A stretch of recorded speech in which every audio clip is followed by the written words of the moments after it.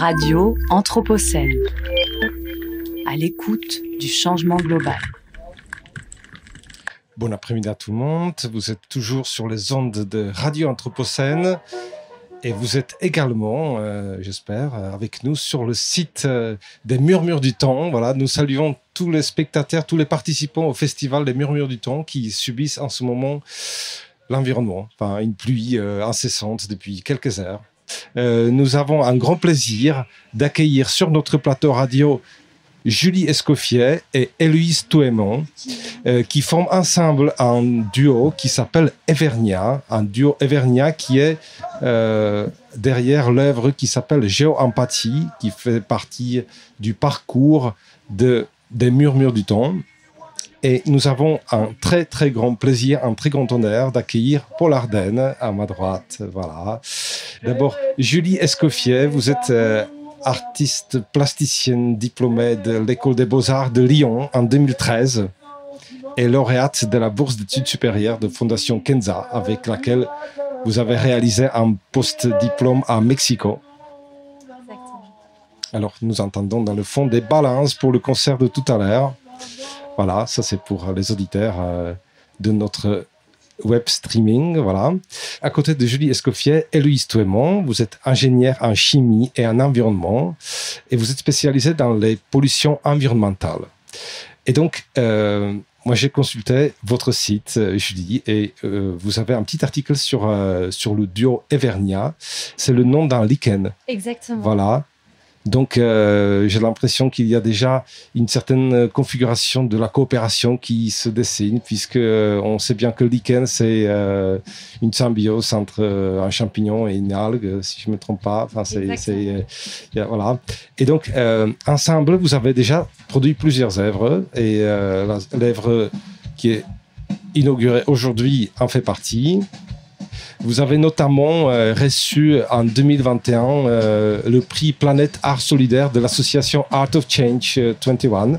Vous vous intéressez particulièrement à l'intersection entre les mécanismes de dégradation, le travail de transformation chimique et la manière de rendre visibles ces effets de matière, ces effets d'interaction. Donc on parlera de cela un petit peu plus tard, puisque c'est aussi au cœur de votre œuvre.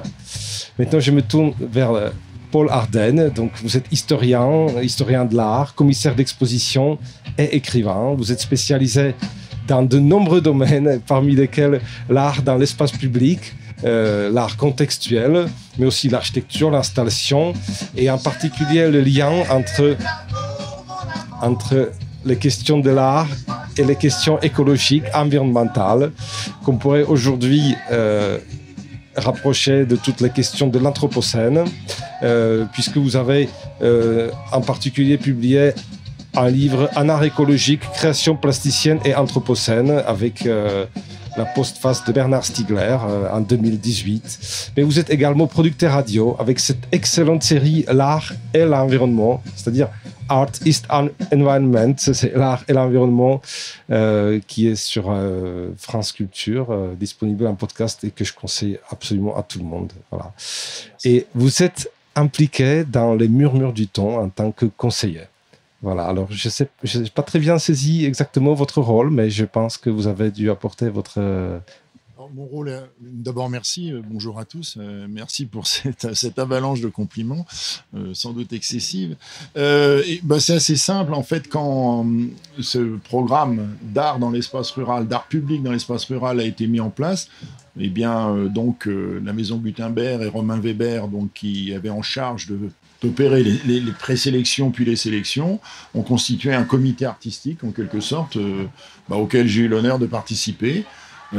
Avec beaucoup de plaisir, d'autant qu'on était nombreux, ce qui est pour moi une très bonne chose, c'est-à-dire que le fait d'être nombreux empêchait que certains fassent valoir un peu trop leur position. Donc il y avait une grande diversité de points de vue, et voilà, c'est la raison pour laquelle je me suis trouvé impliqué dans dans cette opération Les Murmures du Temps. D'accord. Opération de longue haleine, je tiens à le préciser, puisque ça a duré plusieurs années. Oui. C'est-à-dire que c'est quelque chose d'extrêmement sérieux. C'est-à-dire que parfois, certains jurys sont quelque peu expéditifs. Là, c'est pas le cas du tout. On est souvent revenu sur les mêmes dossiers.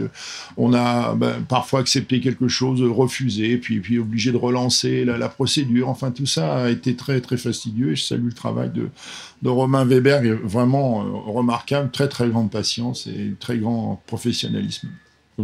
Merci pour cet éclaircissement. Voilà, on reviendra sur les différentes parties de la constitution de ce parcours un petit peu plus tard. Commençons peut-être maintenant par l'œuvre lui-même, l'œuvre qui s'appelle Géo-Empathie. Essayons de le saisir un petit peu du point de vue de l'expérience du spectateur.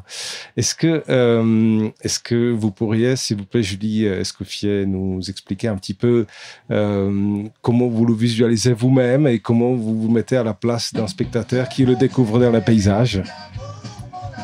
Alors, pour le spectateur, le public arrive par un petit bois et au fond d'une grande allée assez droite, il voit émerger une sculpture plutôt claire, de couleur blanche.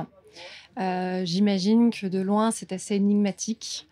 C'est une forme comme ça qui ressort sur un paysage vert, puisqu'en arrière-plan, on a des vignes et un paysage ouvert. Juste à la sortie de ce bois, le paysage est ouvert sur les collines environnantes.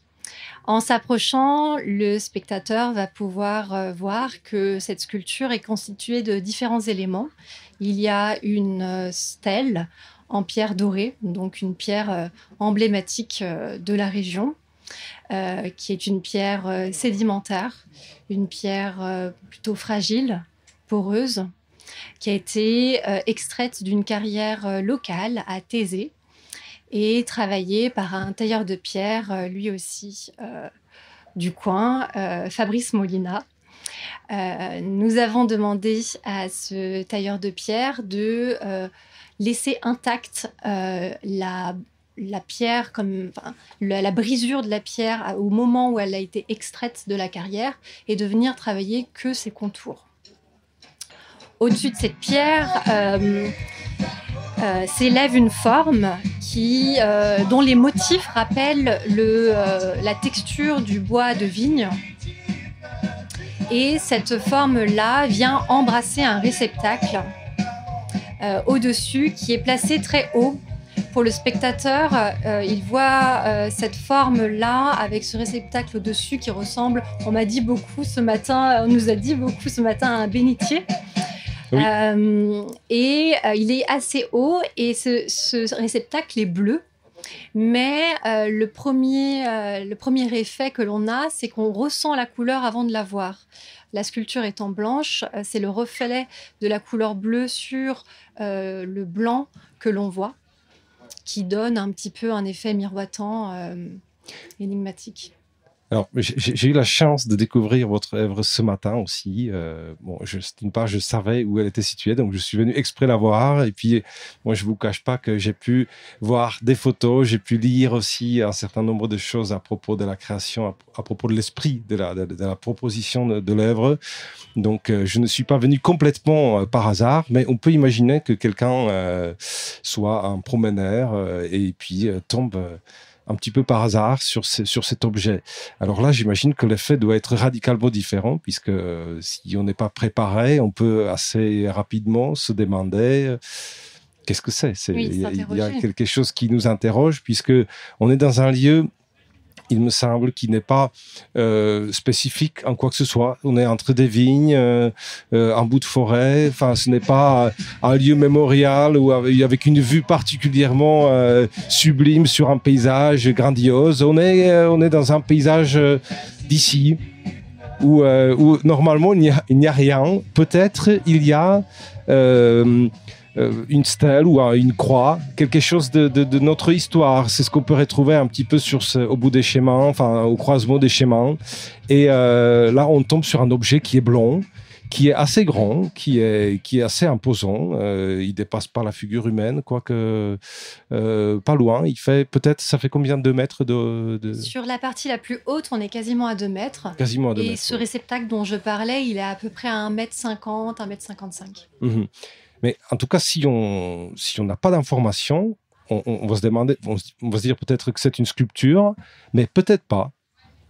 On va peut-être chercher un usage et on va se demander si jamais c'est une œuvre, mais qu'est-ce qu'il y a vraiment à voir? Enfin, c'est pas tout à fait évident de saisir quelque chose qui sauterait aux yeux. Enfin voilà, regardez, c'est ça qu'il y a à voir. On sent qu'il y a quelque chose, mais on sait pas trop. Pour l'Ardenne, est-ce que les œuvres d'aujourd'hui, on a l'impression qu'ils se situent justement dans des zones un petit peu frontalières où on ne sait pas toujours ce qu'il y a à voir, quoi. Alors, non, oui et non. Pour une raison assez simple, c'est quand on dit les œuvres d'art aujourd'hui, enfin, en tout cas dans le domaine des arts plastiques, sont d'une diversité quasiment hallucinante, tellement nombreuses, tellement diverses qu'elles interdisent même le catalogage, l'inventaire. Enfin, j'ai essayé à un moment désespérément de compiler une sorte d'histoire de l'art contemporain, et bon, je dois reconnaître que j'ai échoué lamentablement, mais est-ce qu'on pouvait faire autre chose qu'échouer ?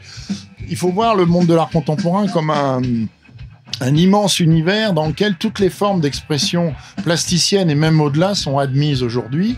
Ce qui fait qu'au fond, vous avez des œuvres, en effet, qui convoquent le répertoire environnemental, comme c'est le cas de celle dont on parle. Et puis, vous avez des œuvres qui peuvent rester très conventionnelles, graphiques, picturales.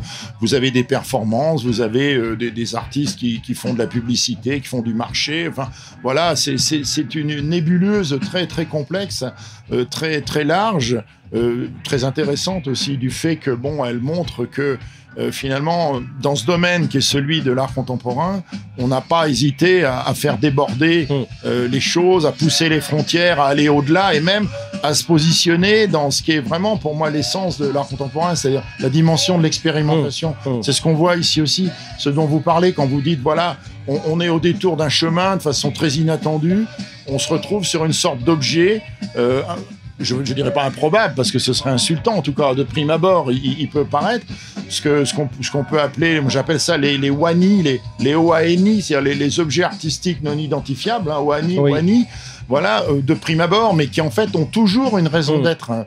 Voilà, bon, ça fait partie de justement cette dimension expérimentale de l'art. Bon, qui constitue une sorte de risque aussi pour les artistes, celui de ne pas être compris, celui finalement de susciter une certaine indifférence, ou voire une moquerie aussi, d'une certaine manière, ou pire, même un rejet qui peut se traduire par un vandalisme. C'est d'ailleurs une des grandes craintes que j'ai ici concernant ce très très beau programme d'œuvres d'art dans l'espace rural que sont les murmures du temps, c'est le vandalisme, parce que pour avoir moi-même piloté plusieurs opérations d'art dans l'espace public, j'ai remarqué que c'est une pratique qui se porte extrêmement bien, qui est sans doute aussi une pratique qui exprime une bonne santé, en quelque sorte, du point de vue critique, vous voyez, ou une trop bonne santé. Hein, on se sent finalement aussi... Mais c'est un risque pris. Voilà, si porté à critiquer qu'on détruit ce qu'on critique. Bon, c'est comme ça. Je n'appelle pas au vandalisme, mais en revanche, je le crains, quoi, et ce serait dommage. Oui, mais ça c'est quand même le risque, le parti pris du parcours qui est inauguré aujourd'hui, c'est de proposer des œuvres qui, en tout cas, qui ne donnent pas aux passants et aux habitants quelque chose qu'ils avaient demandé particulièrement, quoi. On ne répond pas à une demande d'embellissement. On est plutôt dans la proposition audacieuse de décaler le regard et d'interroger, de susciter autre chose que simplement une contemplation ou une consommation. On n'est pas du tout dans... Ça va plus loin parce que tout le monde sait qu'aujourd'hui, par exemple, il y a des programmes d'art public partout, notamment dans les villes. Oui. Ça participe de ce qu'on appelle le branding, c'est-à-dire l'image de marque des villes. Bon, un été au Havre, le voyage à Nantes, etc. Bon, il y en a partout, avec des programmateurs qui sont généralement des gens comme moi, qui ont une certaines petites connaissances du milieu de l'art contemporain. Mais très souvent, ces programmes sont très peu intéressants, ce programme urbain. Pourquoi ? Parce que tout y est interdit. Vous pouvez pas parler de sexe, vous pouvez pas parler de violence, vous pouvez pas montrer de sang. Vous voyez, il faut surtout pas parler des enfants, etc., ou des personnes racisées, enfin des problèmes de genre. Tout ce qui constitue, on pourrait dire, une certaine animation intellectuelle dans le paysage culturel contemporain. Vous pouvez pas en parler parce que vous risquez de gêner telle ou telle personne, ou tel homme politique va se sentir en quelque sorte responsabilisé à mauvais escient par l'offre, etc. La grande différence qu'il y a ici, c'est que finalement, on voit bien qu'il n'y a pas de question de branding rural d'une certaine façon. Et je trouve que les œuvres, toutes, quand on regarde chacune de ces œuvres, elles expriment une sorte de relation vraiment au paysage, au territoire, à l'environnement et même, on pourrait dire, à l'insémination en quelque sorte presque terrienne du lieu, qui fait qu'on est au-delà de ces sortes de propositions, qu'on va dire cosmétiques, qui sont des propositions touristiques. Vous allez à un été au Havre, là, c'est très bien cette année. Vous avez une maison à l'envers, vous voyez, vous avez des chaises en haut, comme ça, placées en haut de mâts. C'est très intéressant, mais enfin, au bout du compte, de quoi ça nous parle ? Rien. C'est une petite agitation, distractive. Quelque chose, finalement, un petit peu décoratif qui va bien... Oui, je dirais, c'est même pire que ça. C'est le décoratif culturel, ce qu'on appelle l'entertainment. C'est le divertissement, c'est la culture divertissement. Faut occuper, c'est très bien. On va en ville, on va voir ça. Ici, c'est différent. D'abord, faut aller chercher les œuvres. Elles sont assez loin, comme dans des programmes comme le Sancy, par exemple, ou Vent des forêts. C'est un problème très intéressant. Faut aller chercher les œuvres. Et on n'est pas obligé de les voir par ailleurs parce que elles ne s'imposent pas. Voilà, elles sont souvent assez loin. Et puis elles sont réellement corrélées. Elles ont été créées dans un esprit de corrélation très puissant avec le territoire. Ce qui est souvent pas du tout le cas des programmes d'art en ville, qui sont un peu toujours la même chose. Vous retrouvez d'ailleurs toujours les mêmes artistes avec cette grande stratégie qui est l'esthétique de la pseudo-surprise, quoi. Vous voyez, prenez une caravane, vous la mettez à 5 mètres de haut, une maison, vous la mettez à l'envers, enfin, vous voyez, vous prenez des bottes de paysans, des bottes en caoutchouc, mais vous les faites de 5 mètres de haut, par exemple, parce que le monumental, ça sidère tout le temps. Et justement, c'est assez simple de dire, je suis devant une maison à l'envers, je vois tout de suite ce qu'il y avait à voir. Ce qu'il y avait à voir, c'était qu'elle était à l'envers, justement. Quoi. Je prends juste un exemple. On a l'œuvre de Laurent Pernaut à côté ici. Elle est monumentale. On va dire, il fait une espèce de grosse stèle, un monolithe, et puis c'est bon, on dit c'est gros. Les gens viennent voir, parce que quand c'est gros, généralement, ça marche. Le macro, ça marche bien. Si un truc n'a aucun intérêt, multipliez-le par 100 en dimension, et ça devient un chef-d'œuvre. C'est ce que faisait Claes Oldenburg, le pop art. Vous prenez une pince à linge, puis vous la faites à Chicago, vous la faites monter à 70 mètres de haut. Une pince à linge de 70 mètres de haut, c'est extraordinaire. Sauf que l'œuvre de Laurent Pernaut, elle a un sens, sa monumentalité. Qu'est-ce que c'est ? C'est tout simplement la partie supérieure, vous le savez, représente le niveau maximal de crue qu'il y a eu dans cette vallée. Vous voyez, donc, il y a vraiment une corrélation ici qui va au-delà du spectacle ou d'une volonté de méduser le spectateur, toujours évidemment fatigué, toujours suspect de s'ennuyer. Vous voyez, parce que la vie c'est court, mais c'est long parfois. Parfois c'est long. Oui, vous savez, les après-midi en famille avec les enfants quand il pleut, on peut pas aller à la plage. Moi, j'ai donné. C'est long, c'est long. Voilà. On va aller voir. Allez, on va aller voir. Et justement, j'allais venir à cette question de l'œuvre d'art, en ce qu'elle révèle. Elle révèle toutes sortes de choses et j'ai cru comprendre que c'était un des enjeux de votre œuvre, c'était de révéler. Alors, qu'est-ce qu'il y avait à révéler à travers votre proposition ? Alors, il est vrai que cette sculpture, je crois qu'on peut la découvrir en différentes étapes. Au moment où on s'approche, on ne va pas forcément voir ce que l'on avait pu imaginer de premier abord. Il y a le fait de tourner autour, de venir regarder dans le réceptacle, d'avoir une sculpture qui est à notre échelle. Nous, avec Héloïse, on a pensé tout de suite à une sculpture qu'on voulait à échelle humaine, pas trop grande, mais qui reste dans un rapport où elle nous surplombe légèrement. On voulait être un tout petit peu plus petit que cette sculpture. Déjà, vous répondez un petit peu, elle révèle une certaine échelle en cours dans le rapport à l'œuvre qui est en face de nous. C'est quelque chose de monumental, ce n'est pas la même échelle, on n'est pas du tout dans le même rapport d'échelle au monde que si c'est quelque chose qui est au contraire minuscule. Donc là, nous sommes sur quelque chose qui est un petit peu plus grand que nous, mais pas non plus gigantesque ou monumental, qui est visible dans les paysages sans être imposant. On pourrait tout à fait passer à côté, n'est-ce pas? Mais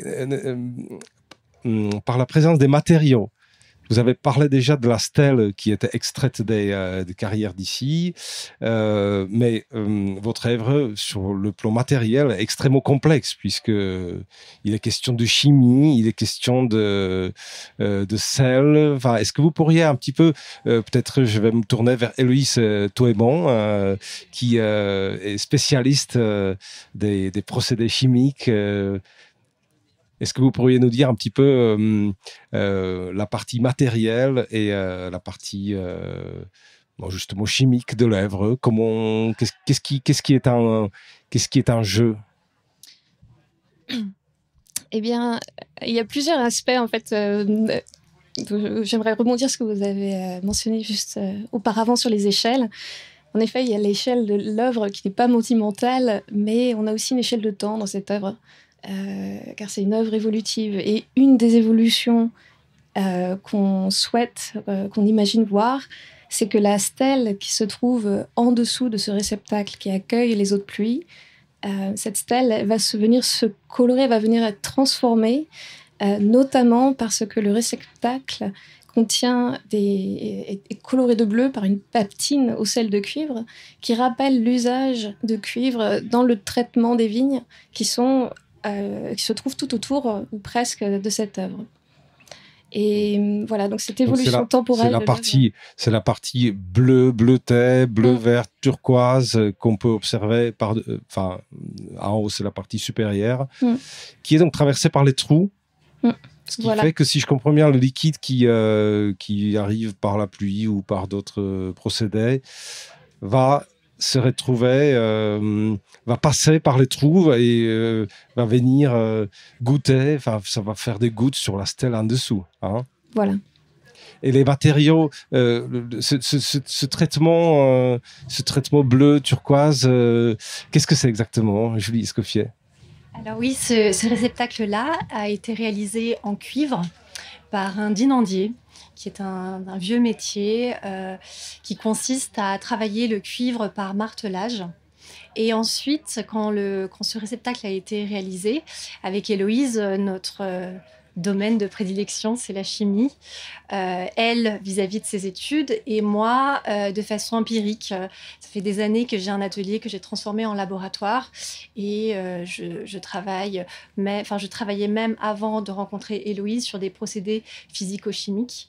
Et donc, par rapport à ce réceptacle-là, on a travaillé une patine pour colorer le cuivre en bleu, afin d'avoir un bleu qui se rapproche du bleu du sulfate de cuivre, qui est un élément largement utilisé dans la viticulture. Donc ça c'est une approche, c'était l'intention de se rapprocher aussi de ces procédés utilisés dans l'industrie agricole tout autour. C'est ça, on voulait signifier par la couleur l'utilisation de sulfate de cuivre. Et qui sert à quoi dans la vinification? Pas dans la vinification, mais le sulfate de cuivre est un fongicide. Donc, c'est un des pesticides utilisés dans la viticulture. Et notamment, un jour comme aujourd'hui, il doit être appliqué avant la pluie pour s'assurer que le mildiou, notamment, ou le black rot, donc ça, c'est des champignons, en fait. C'est des champignons qui attaquent les pieds de vigne. Oui. Donc c'est un traitement chimique qui rentre dans la fabrication du vin, qui est d'ailleurs la fierté, n'est-ce pas, de la région, puisque nous sommes dans le sud du Beaujolais. Et il me semble que la vigne qui entoure votre œuvre fait partie de l'appellation du Beaujolais désormais, non ? Exactement, oui, c'est bien ça.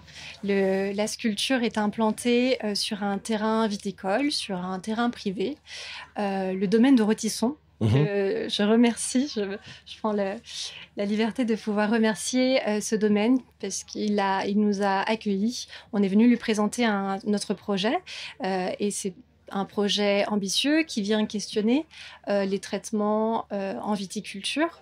Donc, c'était pas forcément évident de pouvoir rencontrer un viticulteur et qu'ils puissent comprendre en fait et nous accepter comme ils l'ont fait. Donc voilà, j'en profite pour le remercier.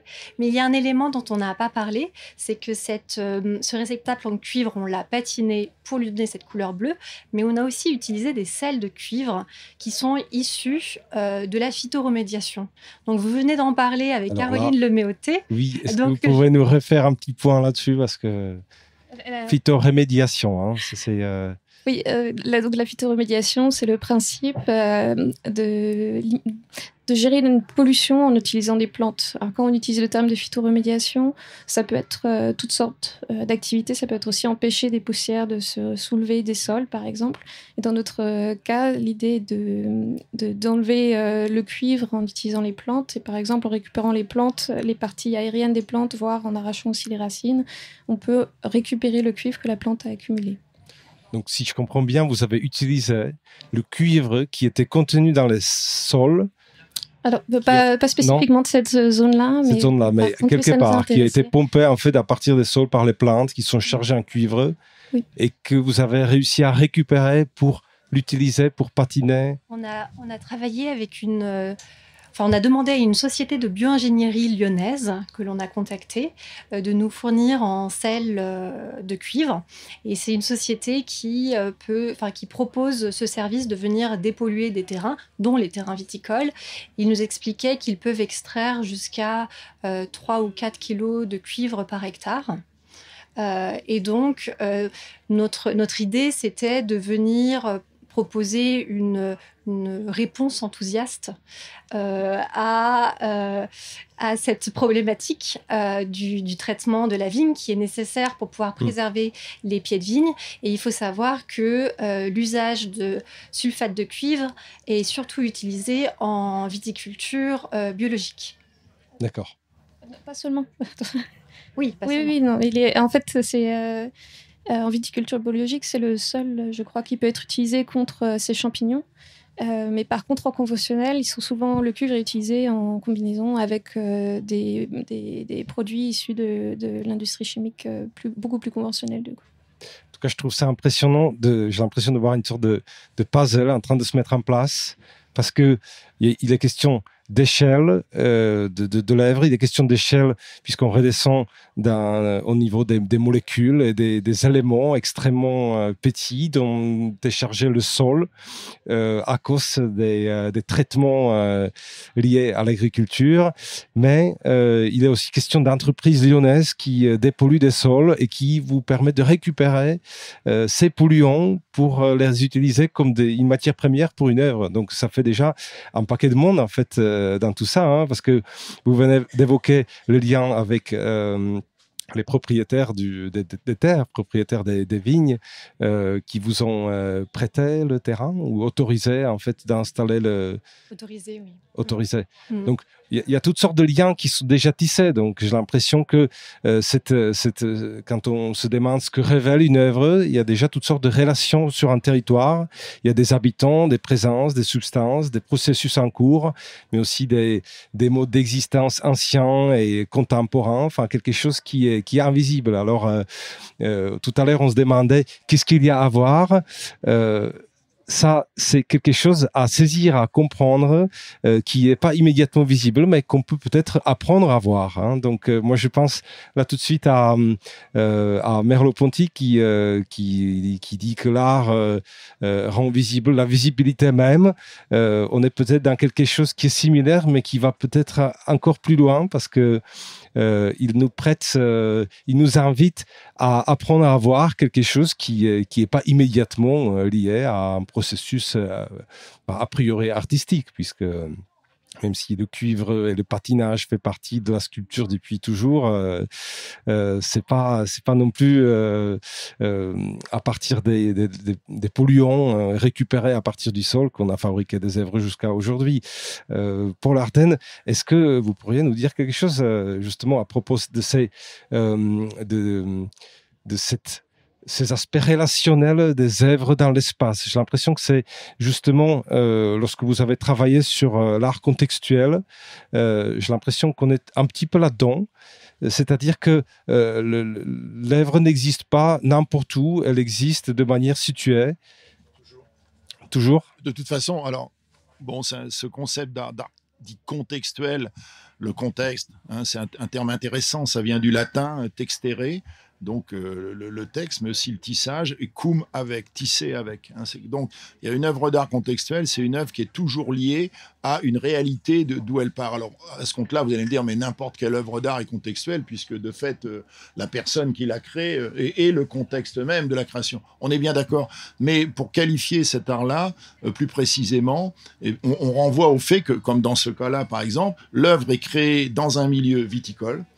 Les milieux viticoles qu'on regardait avec une admiration éperdue il y a encore 30 ans, en disant c'est le génie de l'homme que de pouvoir refondre comme ça les écosystèmes, en faire des jardins finalement de très grande dimension. On les regarde aujourd'hui avec horreur, puisque la carte des pesticides, par exemple en France, les plus forts taux de contamination par pesticides correspondent aux zones viticoles. Hein, donc, c'est-à-dire que maintenant, ben voilà, vous vous promenez dans une zone viticole, vous avez un sentiment de nausée, presque d'horreur, en disant, mon Dieu, où est-ce que j'ai mis les pieds? Enfin, tout ça est très, très, très dangereux. Donc, de fait, ici, l'œuvre est créée en fonction de ce lieu-là, mais elle apporte aussi une réponse intéressante qui est la dépollution. C'est-à-dire que beaucoup d'œuvres d'art dites contextuelles refusent la gratuité ou la seule gratuité de la contemplation et du spectacle, contre lequel moi je n'ai rien. Je veux dire, souvent, ben voilà, on va au musée, on regarde des œuvres d'art, des photographies, des dessins, des estampes, simplement pour regarder. C'est la représentation qui nous intéresse. L'être humain est un être de représentation de toute façon. Mais là, ça va plus loin. C'est-à-dire qu'en fait, l'œuvre d'art doit être utile. C'est le concept d'art useful. C'est-à-dire que non seulement elle doit être située, comme vous l'avez dit, elle existe en fonction d'une réalité donnée. Ici, par exemple, ben voilà, le vin. Donc, évidemment, la culture du vin, l'impératif, évidemment, de protection donc contre des agresseurs qui fait qu'on doit utiliser des pesticides, d'où la pollution, d'où le désir de faire de cette œuvre-là une dépollution. Le dernier point est très intéressant, c'est le fait que c'est une œuvre art-science. Et ça, c'est quelque chose qui apparaît dans les années, on va dire, 1960-1970, et notamment dans ce champ de l'art contextuel, à savoir des artistes qui, finalement, sont plasticiens, des gens, ils veulent créer des formes, etc., mais ils veulent produire quelque chose qui soit utile, notamment à la collectivité, qui aille dans le bon sens, qui soit nourri d'une certaine positivité. De dire, l'artiste, on peut avoir, évidemment, la culture du mythe de l'artiste destructeur, etc., mais on peut aussi avoir une autre vision des choses, c'est-à-dire l'artiste comme un constructeur positif. Hein, voilà. Et donc, ces artistes-là ne peuvent pas faire le travail seuls. Et donc, ils vont aller à la rencontre des scientifiques. Hein, c'est le principe des œuvres art-sciences. Et dans le monde de l'art dit écologique, entre guillemets, qui est aussi une très grande nébuleuse, il y a énormément de projets art-sciences. On vient d'en voir deux, d'ailleurs, le précédent et celui-là. Alors, un artiste qui était pionnier de ce point de vue-là, dans la remédiation, c'est un artiste texan, qui a une démarche intéressante qui s'appelle Mel Chin, qui commence à travailler dans les années 70, qui est un sculpteur conventionnel, engagé politiquement, plutôt à gauche, humaniste, etc. Et qui à un moment donné se dit, mais à quoi ça sert de faire tous ces gros objets sculpturaux comme ça? Et il décide de détruire tout ça, et il commence à faire ces fameux revival fields, hein, les champs de remédiation. C'est-à-dire dans des zones qui ont été complètement détruites par la surexploitation agricole ou par l'assèchement, par la pollution, eh bien, il crée l'équivalent de dessin. C'est intéressant, c'est au moment de l'art minimal. Hein. Si vous prenez un tableau de Frank Stella, c'est très géométrique. Hein, lui, il fait la même chose, mais par terre, là, sur le territoire, comme vous feriez un jardin, mais en utilisant des plantes qui sont des plantes dépolluantes, effectivement, en s'aidant, évidemment, du concours de scientifiques. Donc, on voit qu'ici, il y a une sorte de translation dans la manière de travailler qui dérange, d'ailleurs, certains artistes, parce qu'il y a des artistes qui vont dire « mais moi, ça m'intéresse pas de travailler comme ça ». Et ils ont tout à fait le droit de le dire, moi, je respecte ça. Et puis d'autres qui vont dire « non, moi, ça ne m'intéresse pas de ne produire que des œuvres pour la contemplation ». Pour l'admiration. Je veux aller au-delà de l'esthétique. Hein. Stan Estay, le ressenti des choses.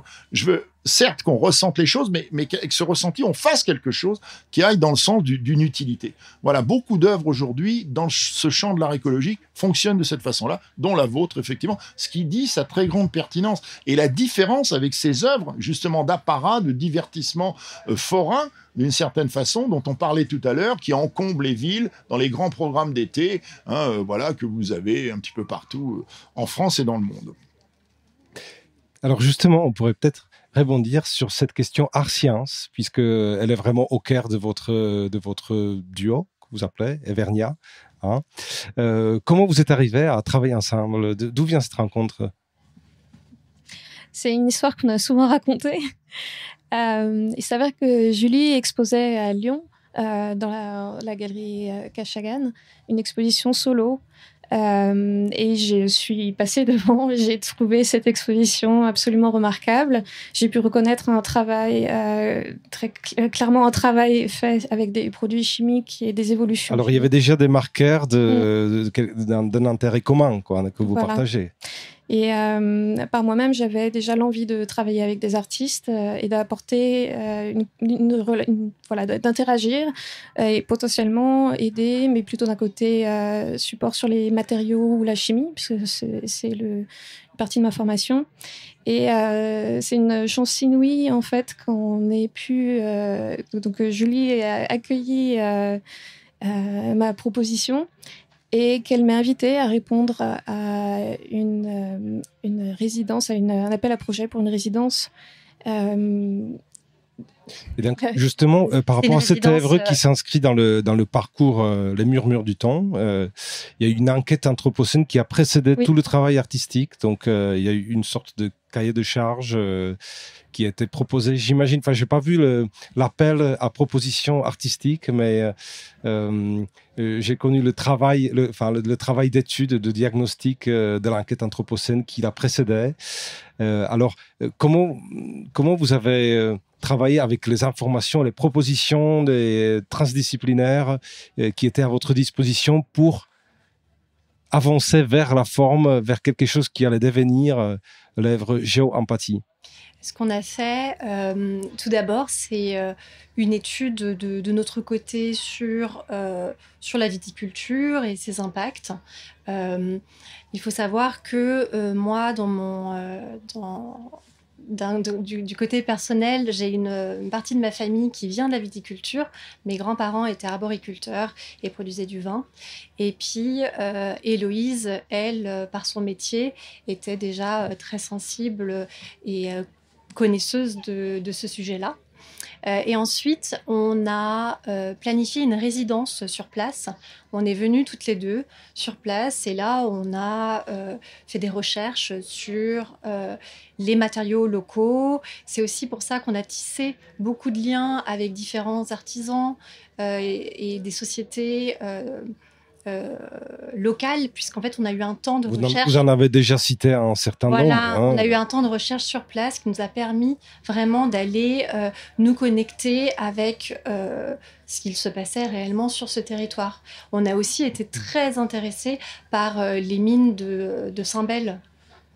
Donc c'est la recherche qui vous permet de non seulement venir sur un territoire, mais de vous poser toutes sortes de questions, de faire votre propre enquête, n'est-ce pas, qui est déjà aussi un petit peu une enquête anthropocène, si j'ose dire, puisque vous prenez en compte à la fois la chimie, peut-être l'atmosphère, parce que vous parlez des pluies acides, donc...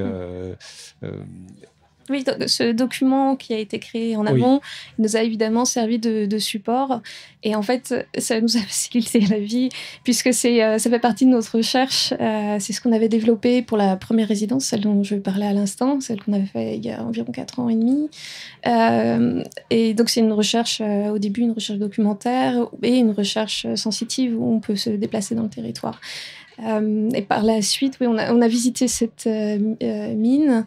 On a aussi appris que dans la mine, il y a eu une extraction de cuivre et une extraction de sulfate qui a permis l'essor de la chimie à Lyon. Donc, tout se retrouve sur ce tout petit territoire, sur cette commune. Tout rentre en interaction pour que enfin voilà, tout faisait sens. Fois, cette œuvre, si on la déplie un petit peu, on va voir à la fois la carte et le territoire, quoi. Je veux dire quelque chose qui se croise. Je crois que l'image du puzzle est assez vraie. En fait, on a plein de petits éléments qu'on est allé chercher à différents endroits et qu'ensuite on a décidé de rassembler dans une forme.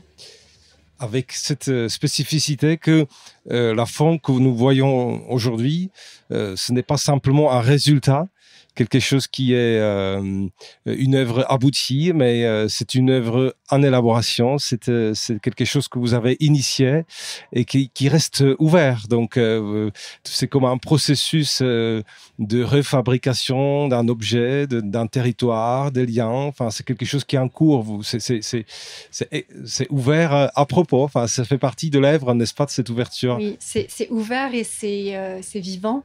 Cette sculpture, elle s'appelle Géo-Empathie.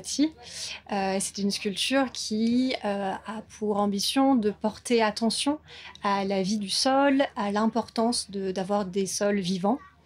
Et il y a un élément dont on n'a pas parlé sur cette sculpture, c'est un bol qui est placé assez haut, que l'on a nommé bol à libation. Et les libations, c'était un rituel ancestral qui consistait à faire des offrandes de boissons, notamment du vin, en l'honneur des dieux. Et pour ce projet, nous voulions donner de l'importance aux gestes et proposer à ceux qui le veulent de venir réactualiser ce rituel de libation, faire des offrandes de vin, reconnecter un petit peu avec la vie des sols. Cette sculpture, elle raconte beaucoup de choses. Le vin donné sur la sculpture va venir colorer la stèle qui se trouve en dessous, de la même manière que la pluie qui va passer à travers ce réceptacle bleu va emporter un peu de couleur et va colorer également la stèle. Ce que l'on veut, c'est une sculpture qui vient raconter un petit peu des mécanismes à l'œuvre dans les sols qui entourent la sculpture et reconnecter, redonner un peu cette importance du geste, du tactile, de venir toucher et participer. Donc c'est non seulement une œuvre ouverte, puisque c'est une œuvre en devenir, mais c'est aussi une œuvre ouverte au collectif. C'est une œuvre collective, puisque vous invitez les passants à participer, n'est-ce pas? Alors, Paul Ardenne, est-ce que cette question de l'auteur, enfin de dépassement de l'auteur, est-ce que ce n'est pas justement au cœur des préoccupations artistiques des 50 dernières années? Puisque là, on assiste quand même, cette œuvre Géo-Empathie a été créée par un duo, une artiste, une scientifique. Donc déjà, on ne sait plus très bien dans cet agencement quelle est la part de qui. Et puis, cette œuvre va évoluer par l'interaction avec le milieu, avec les spectateurs. On dirait plutôt qu'on est témoin d'un processus qui vient de quelque chose qui est beaucoup plus grand qu'un artiste. En tout cas, la figure classique d'un artiste qui signe quelque chose. Oui. Alors, c'est une question complexe parce que c'est vrai que dans la culture anthropocène, d'une certaine manière, l'individualisme est assez mal vécu puisque bon, il est lié à une culture, qui est une culture de l'appropriation du monde par un seul, c'est-à-dire de la construction de soi qui se fait bien souvent par l'appropriation, par le fait de s'emparer de quelque chose, de le remettre en forme, si possible avec une vocation démiurgique, en faisant de l'artiste une sorte de héros, de personnage de la surpuissance. Donc c'est vrai que la culture anthropocène n'aime pas forcément l'individualisme, même si une très très très large part aujourd'hui de la création contemporaine, plasticienne, est profondément individualiste. Il faut pas s'imaginer, parce qu'il existe quelques collectifs, parce qu'il existe des artistes qui veulent pas mettre de nom, qui ne veulent apparaître que sous des sigles. Il y a énormément d'artistes contemporains aujourd'hui qui sont des sigles. Bon, voilà, leur nom n'apparaît pas, ou certains qui refusent de mettre la majuscule à leur nom parce qu'ils se disent au fond, je ne suis pas un sujet, je ne suis qu'un objet dans ce monde qui compte une infinité d'objets. Bon, même si ça existe, l'individualisme se porte très très bien. Et d'ailleurs, on pourrait dire que dans la conscience culturelle, en tout cas occidentale, il y a cette idée que le héros, qui est l'artiste, a quelque chose du démiurge, c'est-à-dire c'est l'égal de Dieu avec, mais pas la majuscule, si vous voulez, à Dieu, mais c'est l'égal de Dieu. lieu. Donc, il faudrait pas de cet exemple-là tirer une leçon qui ferait dire, voilà, aujourd'hui, les artistes travaillent en collaboration, ils sont moins soucieux d'afficher leur nom que d'afficher, en quelque sorte, une œuvre qui serait une sorte de promesse, en quelque sorte, de réparation du monde. Bon, c'est le cas ici, mais ça reste extrêmement minoritaire, hein, bien évidemment. J'ai envie de dire d'ailleurs que du point de vue psychologique, ça se conçoit, puisque il faut d'une certaine manière un certain narcissisme pour créer. Je veux dire, il faut bien s'aimer un peu pour amener le monde à vous aimer et donc à aimer le monde lui-même. Bon, ça, c'est une donnée. Ce qui m'importe, par contre, ce qui est très on pourrait dire dans l'ordre d'une culture anthropocène ici, c'est la question du renouement. La culture de l'anthropocène, c'est une culture du renouement. Et elle apparaît ici sous la forme de la restauration de rituels, qui sont des rituels, bon, vous parlez de libation, etc., mais qui renvoient à quelque chose que la pensée rationnelle donc a mis très largement de côté, qui est le monde magique, la dimension magique en quelque sorte du monde, le monde sauvage d'une certaine manière, le monde du mythos, hein, comme disaient les anciens Grecs, avant celui du logos. Il y a cette idée que au fond le renouement nécessaire hein, pour en quelque sorte réactiver la qualité de ce monde que nous avons quand même en très large part détruit, ou en tout cas abîmé, passe par la réparation. Bon. Et l'idée, c'est qu'au fond, cette réparation ne peut pas seulement se développer au prorata de processus rationalisés, comme celui de l'art-science. Oui, bien sûr, ils sont nécessaires. Il faut penser le monde d'une manière très, très rationalisée pour savoir comment l'améliorer, ou en tout cas moins le dégrader. Mais aussi, ça doit s'accompagner d'une sorte donc de don de soi à la possibilité du lien, d'un lien nouveau avec justement la Terre, qui renvoie fantasmatiquement à ce lien parfait qu'auraient eu les très anciens autrefois, les natifs, les autochtones, tous les gens qui sont les partisans de la pensée magique. Dans la culture anthropocène, ce qui est assez intéressant, c'est cette coexistence, en fait, qui est quelque chose de nouveau entre le mythos et le logos. C'est-à-dire, c'est pas d'un côté la pensée magique et puis de l'autre côté la pensée rationnelle, c'est le fait d'unir les deux dans une sorte de coexistence pacifiée et opératoire, hein, qui fait dire on va mettre au service de la réparation du monde environnemental toutes les connaissances que l'humain a acquis, qui sont évidemment prodigieuses et considérables. Hein, là-dessus, il faut le reconnaître, même si on déteste l'humanité de plus en plus aujourd'hui, même si on est de plus en plus anthropophobique, comme on dit, hein, en disant l'homme est le responsable de tout ce gâchis, donc il faut sans doute s'en débarrasser. Voilà. Et de l'autre côté, toute cette question de la pensée magique, même si au fond on n'y croit pas vraiment, mais c'est comme ça, l'idée que le renouement passe par des réaffiliations sensibles, qui sont des réaffiliations métaphysiques. Voilà, on peut être d'ailleurs, c'est très intéressant, totalement athée et matérialiste aujourd'hui, mais embrasser des arbres, vous voyez, se couler dans l'eau des fleuves, en se laissant fondre, tout ça, en s'investissant dans une sorte de dimension cosmique qui dépasse l'individu, puisque vous partiez de la question individualiste. C'est ça, cette culture d'anthropocène. C'est quelque chose de très intéressant. On parle souvent maintenant de ce qu'on appelle la zone critique, un concept de Bruno Latour, enfin peut-être pas de lui exactement, mais quelque chose qu'il a développé dans ses écrits largement, puisque on se considère comme habitant de la planète, alors qu'en réalité nous n'habitons qu'une très très fine couche sur cette planète, et encore nous ne l'habitons pas vraiment, enfin on en est vraiment une sorte de vie résiduelle, même si elle prend des dimensions gigantesques depuis quelques derniers siècles. Voilà. Est-ce que votre création, Julie Escoffier et Louise Touévent, est-ce qu'elle s'inscrit dans cette réflexion de zone critique, d'anthropocène? Est-ce que c'est quelque chose qui vous alimente intellectuellement, artistiquement? Je pense que on reconnaît en fait dans notre pratique cette envie de porter une attention au vivant. Donc le nom géoempathie n'englobe pas seulement le vivant, il englobe jusqu'au sol, jusqu'à la partie minérale du sol. Et Voilà, donc on retrouve en fait ce principe dans nos réflexions. Parce que le titre Empathie, c'était... d'où vous vient ce titre précis?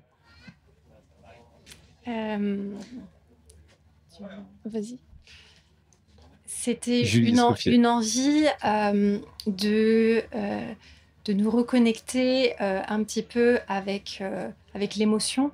Ce que disait Paul Arden est très juste et me fait penser à des réflexions qu'on avait pu avoir avec Héloïse. Moi, j'ai une référence de Carl Gustav Jung que j'aime beaucoup, qui explique que l'humain a besoin d'une balance entre un côté intellectuel et un aspect instinctif, émotionnel, et que certaines psychoses peuvent venir aussi d'une société en fait qui est complètement déséquilibrée sur cet aspect-là.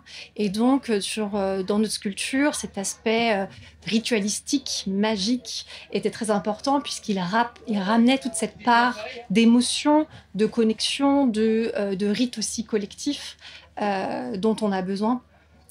Aujourd'hui, c'est une sculpture qui est à la fois un remède et une médiation, cette envie de reconnexion.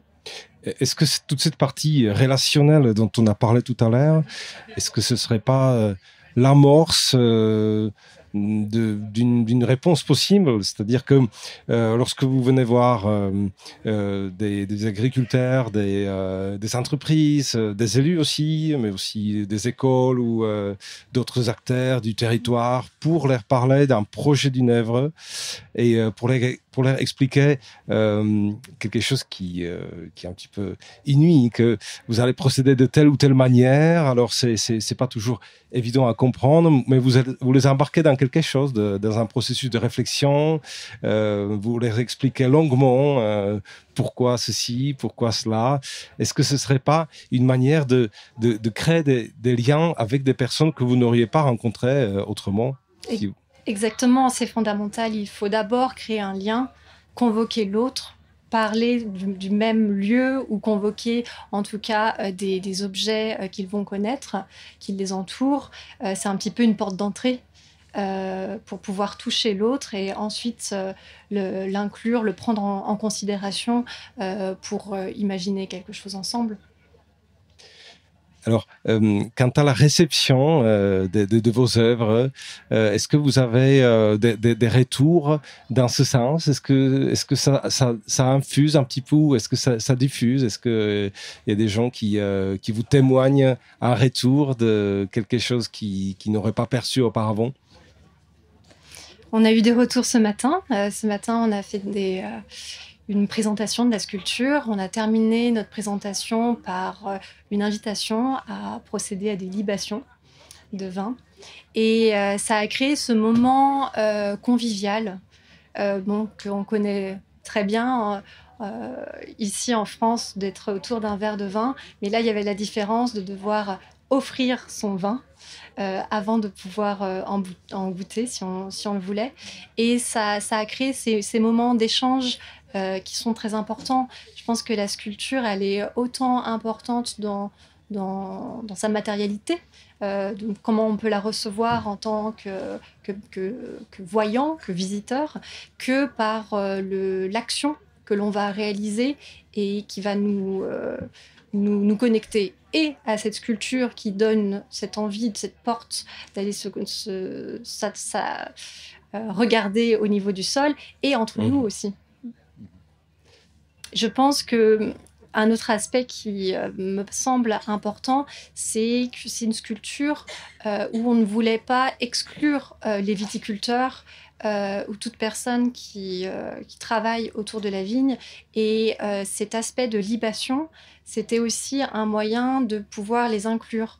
Et j'ai le sentiment que les rencontres que l'on a pu faire, ou les moments où on était en train d'installer la sculpture, on a rencontré des ouvriers agricoles ou des viticulteurs qui sont venus nous voir. Et c'est cet aspect-là qu'ils retenaient et qui leur semblait intéressant. Super. Bon, peut-être une dernière question, Paul Arden, vis-à-vis de l'ensemble du parcours ici. Est-ce que c'est un modèle est-ce que cette œuvre est un petit peu représentative du parcours, ou est-ce que oui, je pense que d'ailleurs c'était implicite dans la demande qui était faite par les gens qui ont souhaité ces réalisations. Il y a une question, c'est la question, j'ai employé un mot peut-être un peu compliqué, mais de l'opérationnalité de l'art. Est-ce que l'art est opérationnel ? Est-ce qu'au fond, l'art peut changer le monde ?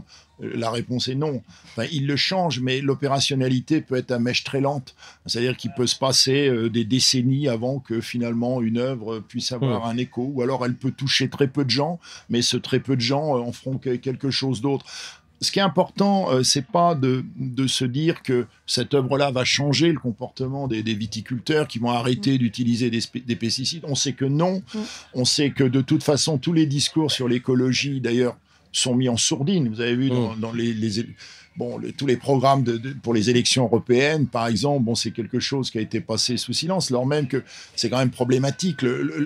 La plus grande question quand même des années et des décennies à venir, c'est quel air est-ce que nous allons respirer, si vous voulez, sachant qu'il y a déjà des gens qui achètent de l'air filtré, qui ont les moyens de respirer du bon air, et d'autres pas du tout. Donc c'est la question plutôt de l'exemplarité, plus que d'une opérationnalité immédiate. Ces œuvres-là ne vont pas changer le monde, mais au moins elles indiquent que dans ce monde, il y a des gens qui ont une sorte de conscience critique, conscience humaniste aussi, donc attachée à la question de la rénovation, de la réparation, en quelque sorte du vivant abîmé par l'humain. Moi, c'est ça qui est important. Et s'il y a une cohérence dans l'ensemble de ces œuvres, en tout cas dans la plupart, c'est celle-ci. C'est pas de dire on va, avec des œuvres écologiques, vous donnez une nouvelle loi à laquelle vous devez vous plier. L'art n'a pas ce pouvoir. Il a très très peu de pouvoir d'ailleurs au niveau culturel. C'est un opérateur, on pourrait dire très très très mineur. Mais au moins l'exemplarité sauve en quelque sorte cette création. Donc de ce qui serait le pire, c'est-à-dire l'indifférence au monde dans lequel nous vivons, un monde particulièrement abîmé, nous le savons bien, et qui, hélas, continue de l'être, parce que le discours écologique, il faut quand même le dire, est un discours qui a en ce moment très peu d'impact concret. Écoutez, quasiment 90% des énergies utilisées sont d'origine fossile. On est tous venus, la plupart, en automobile. On a pollué. Très peu de gens sont venus en vélo. Enfin, vous voyez, etc. Si vous continuez, même les fumées, tout ça, l'électricité. Ce très beau champ là, magnifique d'amitié humaine, de fraternité culturelle. C'est un opérateur de pollution non négligeable, je crois. Donc, vous voyez, c'est ça. On est dans cette espèce de situation où finalement, il est très difficile de changer les choses concrètement, mais il y a un désir qui s'exprime quand même de vouloir les changer. Et l'art, il est sur cette position-là. Alors, il y a un problème, c'est la question fantasmatique. Il faut vraiment la poser aussi. Il faut avoir le courage de la poser. C'est-à-dire, est-ce qu'au fond, on n'utilise pas ça comme une sorte d'alibi ? Vous voyez, de dire, on continue à saloper le monde entier, mais on fait des œuvres gentilles, où on aime le vivant, on embrasse des arbres, etc. On fait des séries de photos, des belles tapisseries dans lesquelles on vit au milieu des castors, etc. Dans une sorte de renouement. Non, mais je ne me moque pas du tout de Suzanne Husky, par exemple, qui fait ce genre de travail. Bien au contraire, pas du tout, absolument pas du tout. Je dis juste, posons la question, est-ce que ce n'est pas une sorte d'alibi ? Vous voyez, Mais c'est la même question que peut se poser la science ou l'écriture, la littérature, le spectacle. Mais certains vous diront, excusez-moi de vous couper la parole, mais vous diront, mais forcément, parce que l'art, de toute façon, est toujours un simulacre. C'est toujours une simulation. Donc la question devient beaucoup plus complexe, c'est de dire, mais est-ce que tout ça est vrai, finalement, et sincère, ou est-ce qu'au contraire, c'est juste une sorte d'écran de fumée, pour finalement ne même pas bien dissimuler le fait que nous sommes des monstres. Vous voyez, c'est comme ça. Enfin, vous... Je ne sais pas si on va garder ça comme le mot de la fin. Je ne sais pas si on va garder ça comme le mot de la fin, puisque non, il est d'usage d'avoir un mot de la fin les artistes vont nous donner le mot de la fin. Je pense que revenons peut-être vers l'œuvre qui a été inaugurée aujourd'hui, auquel on souhaite longue vie et de nombreux visiteurs, n'est-ce pas, participants. Enfin, qu'est-ce qu'on peut dire ? Visiteurs, participants, participantes.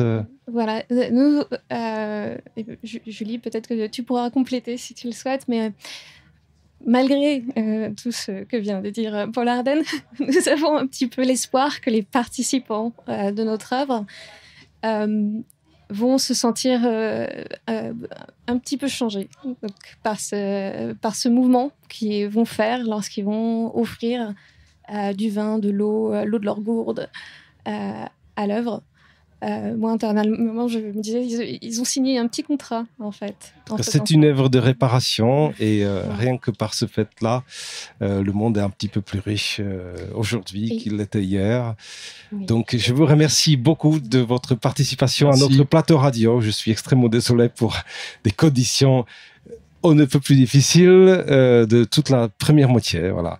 Je vous remercie et j'invite tout le monde à faire tous les parcours des Murmures du Temps, et en particulier celui qui vous invite à visiter et à participer à l'œuvre Géo-Empathie de Julie Escoffier et de Héloïse Touémont.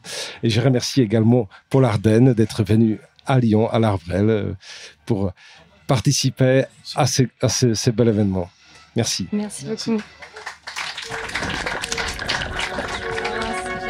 Radio Anthropocène. À l'écoute du changement global.